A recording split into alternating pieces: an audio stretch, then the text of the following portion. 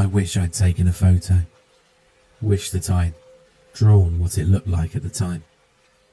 But I was too ashamed to tell this story until now.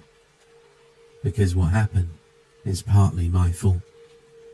I wasn't completely proficient back then. I'm a sign language interpreter, and at the time I'd just graduated. Maybe if I'd been better at my job. I saw the gig for the animal tracking and wilderness exploration class and thought it sounded like a fun experience for a newbie like me. And I really needed the work. So I accepted the job. Arrived half an hour early. I was pretty nervous. Back then, any time meeting a new deaf person was nerve-wracking, because what if I couldn't understand them? What if we didn't jibe? What if they were one of those really fast signers who just have no patience for beginners? And so I went early, hoping I could glean some context for the job and learn her preferred signs for the vocabulary related to the trails. But it was rocky from the get-go. The moment I stepped out of my beat-up Honda and started to introduce myself, she signed, "You're late. You were supposed to be here half an hour ago." "Oh, I'm sorry. Maybe the agency gave me the wrong time," I stammered, my hands fumbling. Of all the days for me to get it wrong. I was already so nervous. I said, "You must be L-A-I. Her name was Leilani, but in the moment I forgot how to spell it. She quickly corrected me, her fingers so fast I didn't catch more than the L. But then she gave me her name sign, her hand an L shape, and brushed the tip of her thumb against her cheek in a repeat motion. It was an easy one, thank goodness. Then, rolling her eyes, she opened her mouth and spoke aloud in deaf accented English. "Okay, well, the interpreter's here now. So I guess we can get started. Everyone." Trying not to hide how relieved I was that she voiced for herself, I fell into step with her students. There were only 3, a father, a son, and a middle-aged woman. "Is this all?" I asked, looking around in surprise. The guide shrugged. "It's so cold this morning. A lot of people probably decided to stay in their warm beds." Then she spoke aloud to the trio. "The fresh snow is great for seeing tracks." The man and his son were named Damien and Dee.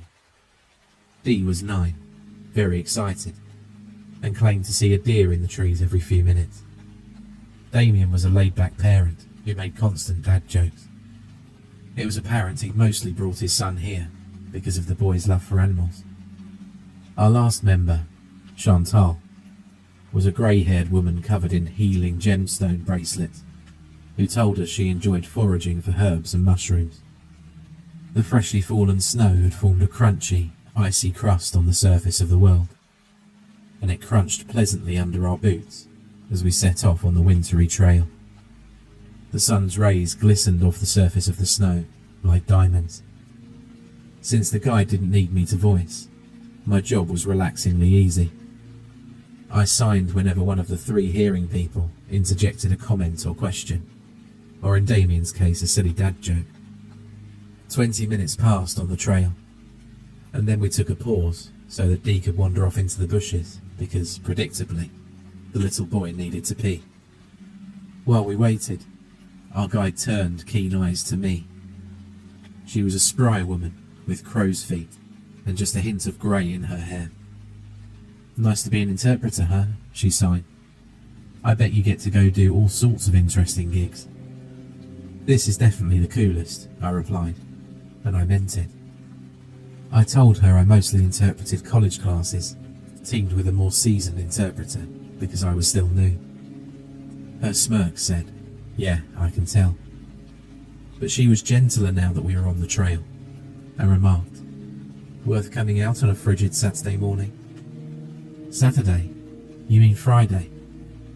"No, Saturday." "Definitely Friday." I checked my calendar and showed her. "Oh dang, I get so mixed up sometimes." She laughed, and the tension broke between us. Then she looked worried. "Maybe you were early instead of late." I hope I don't have other students waiting for me back at the parking lot. Oh God, what if I got the time wrong? For a second her expression clouded over. But then, like the sun piercing the clouds, she grinned as she noticed something in the bushes. Hey, raspberries. I saw only thorny sticks bowed over into the snow. Our guide chuckled and explained, voicing aloud for the others, that raspberries are pretty easy to identify.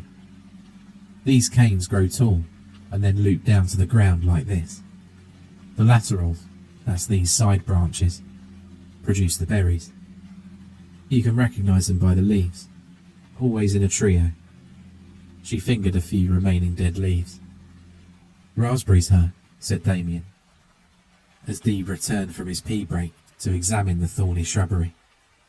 Hey Dee, know how you can tell a raspberry bush? The leaves? He said, echoing our guide. That's her way. But I'll let you in on a secret. Easier way. Damien bent down and whispered loudly in his son's ear. Just look for the red berries. Then you know. Raspberry bush. We all just chuckled at Damien's usual dadness, while Dee protested loudly that there are no berries in winter. But everyone forgot the berries when our guide pointed out animal prints up ahead in the snow. Our first tracks. The 2 oval indents were deer hoof prints, marching through the snow across our path and into the trees. Dee immediately wanted to follow, but our guide convinced him we should stick to the trail. Soon we identified rabbit and squirrel tracks, as well as some bird prints. But then, just as we reached a dip in the trail leading to a narrow stream, our guide frowned at a set of very large prints. They came from the trail beyond and vanished into the stream in front of us, and looked almost like human feet. Almost. But with longer toes. It was difficult for her to get a clear sense of the prints, she told us, because whatever creature made them was shuffling along through the snow, making the prints blurred and elongated. "Ooh, a mystery," Damien nudged Dee. "Let's follow them," squealed Dee. "Is it safe? It's not a bear, is it?" wondered Chantal. "No, not a bear. Definitely not," the guide assured us. She eyed the tracks again, frowning. They came down the very trail we'd be taking if we crossed the stream. But because the tracks went into the stream, presumably coming out somewhere else, if we followed them, we'd be heading in the direction the animal came from, not the direction it was going to, meaning we were unlikely to run into it. Anyway, there weren't any large dangerous animals in these woods, according to our guide. After pondering for a moment, she declared we could finish the trail loop. Once we crested the hill, it would curve around across a meadow and take us back to the parking lot. "What if they're human tracks?" Chantal said. "Last year a hiker went missing here. What if it's them?" Our guide looked sceptical. "Are you sure you aren't thinking of a different park? I've worked here for years and never heard of anyone going missing, except one hiker who got found a day or two later." "It was definitely here," insisted Chantal.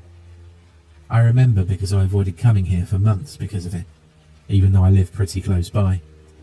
The story just scared me. A hiker wouldn't be wandering out here a full year, especially barefoot.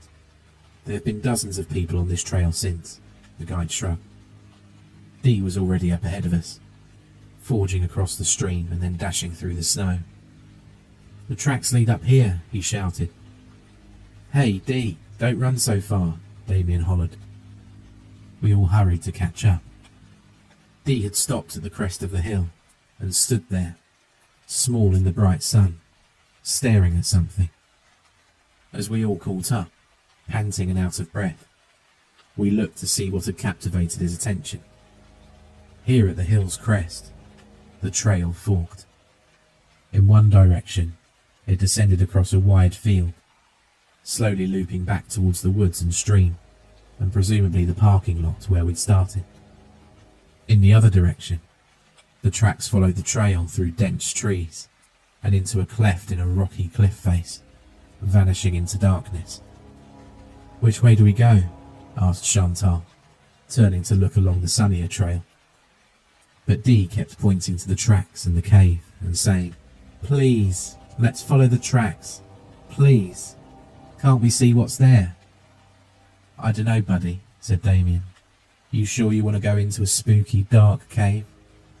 "Yes." The guide, meanwhile, pursed her lips. She caught my eye and signed. They could be human tracks. If they are, they're barefoot, and the way they're dragging their feet in the snow, they need help. If there's any camping material in that cave, maybe it's someone who got stuck out here. But her eyes narrowed on the cliff wall. She motioned me to join her, and we followed the footprints through the trees. Dee immediately tailed us, which meant so did everyone else. As we approached the split in the rock face, the guide paused and signed to me. "I'm going to see what's in there. The thing is, I've hiked these trails for years. I don't remember there being a fork like this. It's strange. This shouldn't be here. I need to check and see what's going on. Stay with the group. I'll let you know if it's safe, and just ends up being an empty cave or something." "Are you sure you don't want me to?" "Stay," she sighed.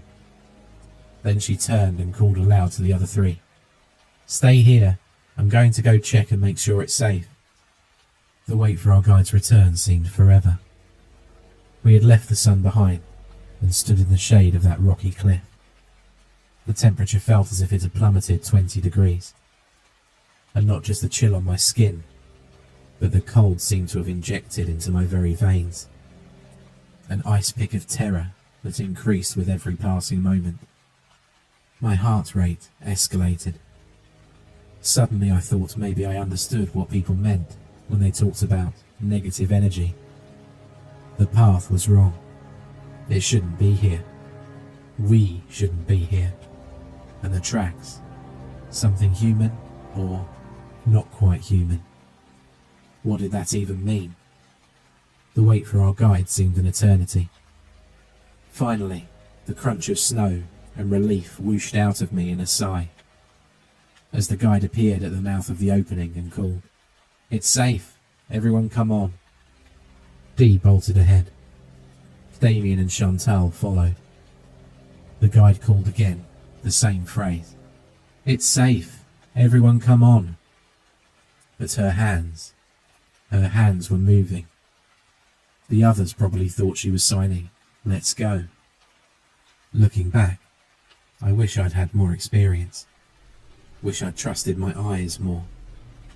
Because maybe then I would have shouted a warning. If I'd been a more experienced interpreter, could I have stopped what happened? I don't know.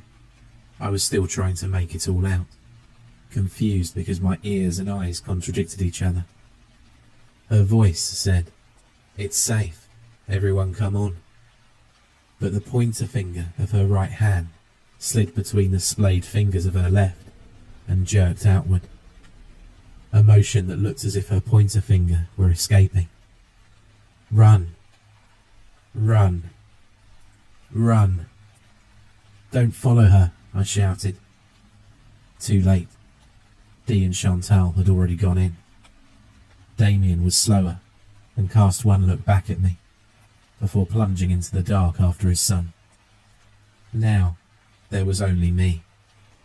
The guide looked at me, her face contorted, lips pulling back over teeth and gums. For a moment, she looked like a long-ago rotted corpse, the flesh withered away. Then I blinked, and she was smiling, an ordinary smile. Her hands lifted, spasmed and shook. And then, instead of telling me to escape, her arms gestured stiffly like those of a marionette. "Come." Now, her voice and gestures matched as she said, "Come on." I fled. Reaching the parking lot, I was stunned to find a group mingling in the snow.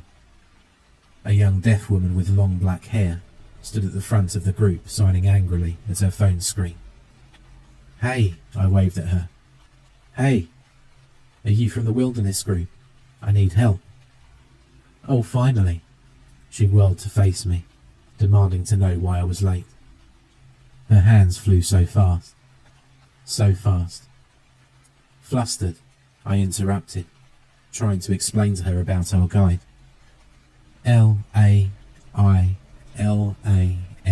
Lailani. What the hell are you talking about? She interrupted my spelling the name to sign to me. I am Leilani. What? So who had I been interpreting for?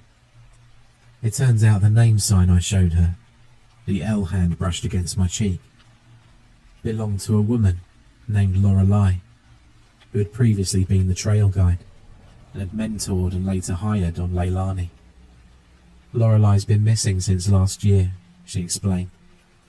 She disappeared when she was taking a group out on the trail. She went to check some strange tracks and never came back. Last year had the trek been on a Saturday, 10 a.m. instead of 11 a.m. My blood froze. Suddenly all the misunderstood details made sense. Leilani, the real Leilani, insisted I lead her to the fork in the trail where her mentor had vanished into the cave. We followed the crisp, clear prints in the snow all the way to the stream and up the crest of the hill. There was no longer any fork. In fact, no one's footsteps but mine emerged from the other side of the stream.